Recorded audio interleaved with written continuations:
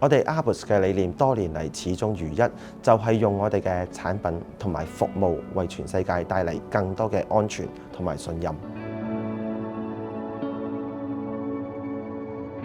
我哋公司 ARBUS 係一個100週年嘅德國品牌，我哋進入大灣區已經超過40年。咁我哋一直都係以工匠精神去生產我哋嘅產品㗎。咁我哋係有設計啦、生產啦、研發集於一身，所以我哋嘅自主性好強嘅。咁我哋可以設計唔同嘅產品去滿足唔同客人嘅需求。我哋銷往嘅國家已經超過60個國家㗎啦。咁我哋嘅產品啦，包括有銅鐵鋁鎖、鋅合金鎖、環保膠鎖，近年亦都推出咗電子產品嘅。包括有指紋鎖啦，同埋電子鎖膽，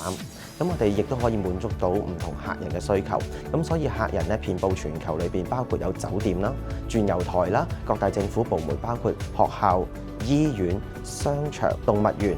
監獄等等唔同嘅地方都可以見到我哋嘅產品。我哋公司嘅產品啦，一直都係以顧客至上作為我哋嘅原則。咁所以我哋滿足客人嘅需求嘅同時咧，我哋嘅發展方向係同客人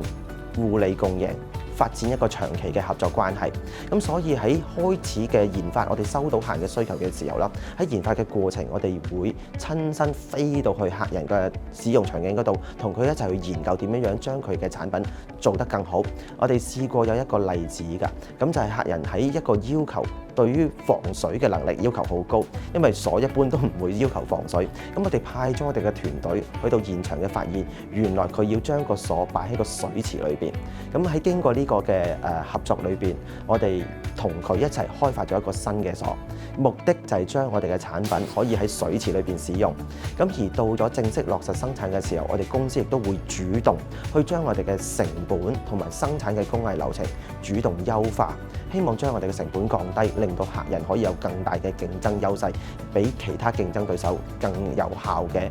質量嘅保證同埋成本嘅競爭力。公司未來嘅發展啦，由2023年開始，我哋就已經不停聽到人工智能嘅發展，加速我哋嘅發展。所以我哋相信喺未來由自動化嘅生產轉向人工智能化嘅生產同埋產品嘅融合係一個大趨勢，亦都係作為製造業轉型升級嘅一個基礎。所以我哋未來會擁抱人工智能，加強我哋嘅深度學習人工智能嘅產品同埋生產流程，去滿足客人嘅需求，更靈活去生產唔同客人需求嘅產品，令到我哋嘅產品可以無論喺大市場、小市場裏邊都佔一席位。